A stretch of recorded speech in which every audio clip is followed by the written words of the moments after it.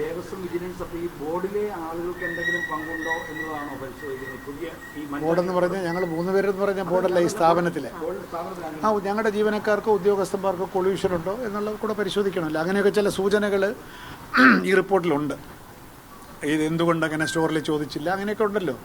അത് അങ്ങനെയുള്ള ചോദ്യചിഹ്നങ്ങൾ കൂടുതൽ പരിശോധിച്ചോളൂ. ആരുടെയെങ്കിലൊക്കെ ഇൻവോൾവ്മെൻറ്റ് ഉണ്ടെങ്കിൽ നമുക്ക് നടപടി എടുക്കണ്ടേ. നേരത്തെ തന്നെ ദേവസ്വം വിജിലൻസ് അന്വേഷണം ആരംഭിച്ച് കോടതിയിൽ റിപ്പോർട്ട് നൽകിയതാണ്. അത് പ്രിലിമിനറി റിപ്പോർട്ടാണത്. ആ റിപ്പോർട്ടിനകത്ത് ഒരുപാട് വഴിമരുന്നുകൾ ഇട്ടിട്ടുണ്ട്. ഇന്ന കാര്യങ്ങൾ കൂടുതൽ അന്വേഷിക്കേണ്ടതാണ്. പ്രാഥമിക റിപ്പോർട്ടിനകത്ത് ഇങ്ങനെ ഈ വാങ്ങിച്ചതിനകത്ത് ക്രമക്കേടുണ്ട് എന്ന് മാത്രമേ കണ്ടിട്ടുള്ളൂ. ഞങ്ങളുടെ ജീവനക്കാർക്കോ ഉദ്യോഗസ്ഥന്മാർക്കോ സ്റ്റോർ സൂപ്രണ്ടിനോ ഒക്കെ പങ്കാളിത്തമുണ്ടോ, ഇതെല്ലാവരുടെ കണ്ണൈവൻസ് ഉണ്ടോ, ഇത്തരം കാര്യങ്ങൾ കൊള്യൂഷൻ ഉണ്ടോ എന്നുള്ള കാര്യങ്ങളിൽ ഡിസിപ്ലിനറി ആക്ഷൻ എടുക്കാനുള്ള കാര്യങ്ങളുണ്ടെങ്കിൽ അതുകൂടി പരിശോധിക്കണം. കാരണം അല്ല ഇതിനകത്ത് തുടരന്വേഷണം വേണ്ടതാണ് എന്ന് പറയുന്നത് വേണ്ട എന്ന് നമുക്ക് പറയാൻ പറ്റില്ല. അതുകൊണ്ട് തുടരന്വേഷണം വേണ്ടത് വേണം. അതേസമയത്ത് വിജിലൻസ് നടത്തിക്കൊണ്ടിരിക്കുന്ന vigilance and anti corruption bureau നടത്തിക്കൊണ്ടിരിക്കുന്ന കോടതി പറഞ്ഞ അന്വേഷണവും ഇതുമായിട്ട് ക്ലാഷ് വരാനും പാടില്ല. രണ്ടായിട്ട് പോകണം. പിന്നെ ദേവസ്വം മന്ത്രി പറഞ്ഞത് ഇത് ഈ ഒരു അന്വേഷിച്ചിട്ട് അതൊക്കെ കരാറുകാരൊക്കെ ബന്ധമുള്ള ക്രിമിനൽ കാര്യങ്ങളുള്ള ക്രൈംബ്രാഞ്ചിൽ വിടുന്ന കാര്യം പരിഗണിക്കുമെന്നാണ് പറഞ്ഞത്. മന്ത്രിയോട് ചോദിക്കുക അത് എന്താണ് ചെയ്യാൻ പോകണമെന്നുള്ളത്. ദേവസ്വം വിജിലൻസിന് പുറമെ സ്റ്റേറ്റ് വിജിലൻസിൻ്റെ ടീം അത് കോടതി പറഞ്ഞിട്ടാണല്ലോ. ബോർഡുമായിട്ട് ബന്ധപ്പെട്ട് അവർ വരുമല്ലോ. അവരെ ഏൽപ്പിച്ച് അവർ വരുമല്ലോ. അവരിപ്പോൾ പറന്നു വരും. പ്രസിഡന്റിനെ ബന്ധപ്പെട്ട് ഞാനിതിനടുത്ത് ബന്ധം കഴിഞ്ഞ തീർത്ഥാടന കാലത്താണ് ആടി സിസ്റ്റം നെയ്യ് ക്രമക്കേട് ഈ ശബരിമല മിൽമ നെയ്യുമായി എന്തെങ്കിലും കണക്ഷൻ ഉള്ളതായിട്ട് എന്തെങ്കിലും അത് നമുക്ക് അറിഞ്ഞുകൂടാ. നമുക്ക് ഈ കുറ്റകൃത്യങ്ങൾ ചെയ്ത് വലിയ ശീലമില്ലാത്തത് കൊണ്ട് ചിലപ്പോൾ കാണുമായിരിക്കും. അതൊക്കെയാണ് ഇപ്പോൾ വിജിലൻസ് അന്വേഷിക്കട്ടെ. ആടി സിസ്റ്റം നെയ്യുടെ ക്വാണ്ടിറ്റിയും ഈ ക്വാണ്ടിറ്റിയും ഒക്കെ ആയിട്ട് ചിലപ്പോൾ കോറിലേഷൻസ് ഉണ്ടായേക്കാം. So it might be A part of A larger racket. അതാണ് അന്വേഷിക്കണം. അപ്പോൾ അതുകൊണ്ട് ആടി സിസ്റ്റം നെയ്യ് ഇതുമായിട്ട് ബന്ധമുണ്ടോ എന്നുള്ളത് സ്ഥാപിച്ചെടുക്കേണ്ടതാണ്. ഉണ്ടാവാം, എനിക്കറിഞ്ഞുകൂടാ. അന്വേഷിക്കട്ടെ. അറിയാമേ, ഞാൻ കണ്ടില്ല. വരട്ടെ. ഇവിടെ ആരാ SIT കയറി ഇറങ്ങുന്നു, വിജിലൻസുകാർ വരട്ടെ. അന്വേഷണമായിട്ട് നമ്മൾ പൂർണ്ണമായിട്ട് സഹകരിക്കണമല്ലോ. ഇനി ഇതൊന്നും സംഭവിക്കാതിരിക്കണം. ഇതൊക്കെ ഞാൻ അങ്ങനെയാണ് കാണുന്നത്.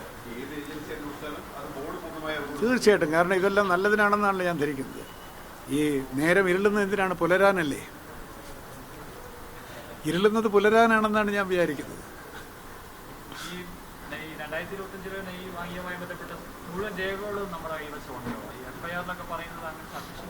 അതിനെപ്പറ്റി എനിക്ക് ആധികാരികമായിട്ട് പറയാൻ ഞാൻ അതൊന്നും പരിശോധിച്ചിട്ടില്ല. ഉണ്ടാവണം.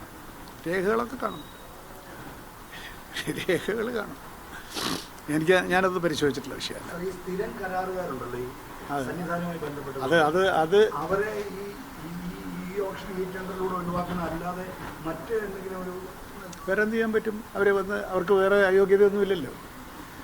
പക്ഷേ എൻ്റെ ഒരാഗ്രഹം എന്തെന്ന് പറഞ്ഞാൽ ശബരിമലയിൽ സർവീസുകളുടെ നിലവാരം ഉയരണം. അത് സ്ഥിരമായി ചെയ്തുകൊണ്ടിരുന്നവർ ചെയ്താൽ സ്ഥിരമായിട്ട് ഉള്ള നിലവാരമേ ഉണ്ടാവുള്ളൂ. അതുകൊണ്ടാണ് ഈ ഓപ്ഷൻ തുടങ്ങിയ. പിന്നെ എന്തുകൊണ്ടാണ് സ്ഥിരം ആളുകൾക്ക് തന്നെ വീണ്ടും ടെൻഡർ കിട്ടുന്നത്? ഒരു നല്ല പ്രവണതയല്ലല്ലോ. അപ്പോൾ അതുകൊണ്ട് ഈ ഓപ്ഷനിലൂടെ സുതാര്യമായിട്ടുള്ള നടപടികളിലൂടെ നമുക്ക് മെച്ചപ്പെട്ട കരാറുകാരവിടെ കയറണം, നിലവാരം ഉയരണം. പിന്നെ ഇപ്പോൾ തന്നെ PWD മറ്റ് വർക്കുകൾക്ക്, മരാമത്ത് വർക്കുകൾക്കൊക്കെ ഞങ്ങളുടെ കോൺട്രാക്ടേഴ്സ് മാത്രമല്ല PWD അപ്രൂവ്ഡ് കോൺട്രാക്ടേഴ്സിനെയും ക്ഷണിച്ചിട്ടുണ്ടല്ലോ. അപ്പോൾ അങ്ങനെ വരട്ടെ ആളുകൾ. പക്ഷേ പലരും വരാൻ മടിക്കുന്ന സമയത്തിന് കാശ് കിട്ടുമോ എന്നുള്ള ഭയം കൊണ്ടാണ്. അതുകൊണ്ടാണ് ഞാനിപ്പോൾ പറഞ്ഞത് 1 മാസത്തിന് ശബരിമലത്തെ വർക്കിന് കാശ് കൊടുക്കും. ധീരമായ സ്റ്റേറ്റ്മെൻറ്റാണ്. വളരെ കഷ്ടപ്പെട്ടാണെങ്കിൽ അത് കൊടുക്കും. കാരണം അതുകൊണ്ടാണ് ഇപ്പോൾ നമ്മൾ അപ്രൂവ് ചെയ്ത 4-5 കോൺട്രാക്റ്റ് എന്ന് പറയുന്നത് എല്ലാം ബിലോ എസ്റ്റിമേറ്റാണ് പോയിരിക്കുന്നത്. ഇത് വിശ്വസിച്ചിട്ടാണ് അവർ ബിലോ എസ്റ്റിമേറ്റിൽ എടുത്തിരിക്കുന്നത്. അതൊക്കെയാണ് കാര്യങ്ങൾ. അങ്ങനെ ഒരു ശബരിമലയുടെ നിലവാരവും സുതാര്യതയും ഉയർത്തുക എന്നുള്ളത് വളരെ പടിപ്പടിയായിട്ട് ചെയ്യേണ്ട അതിസങ്കീർണമായിട്ടുള്ളൊരു പ്രക്രിയയാണ്. അതാണിപ്പോൾ ബോർഡ് ചെയ്തുകൊണ്ടിരിക്കുന്നത്. അതിലെല്ലാം ഗുണമുണ്ടാവും എന്നാണ് വിചാരിച്ചിരിക്കുന്നത്.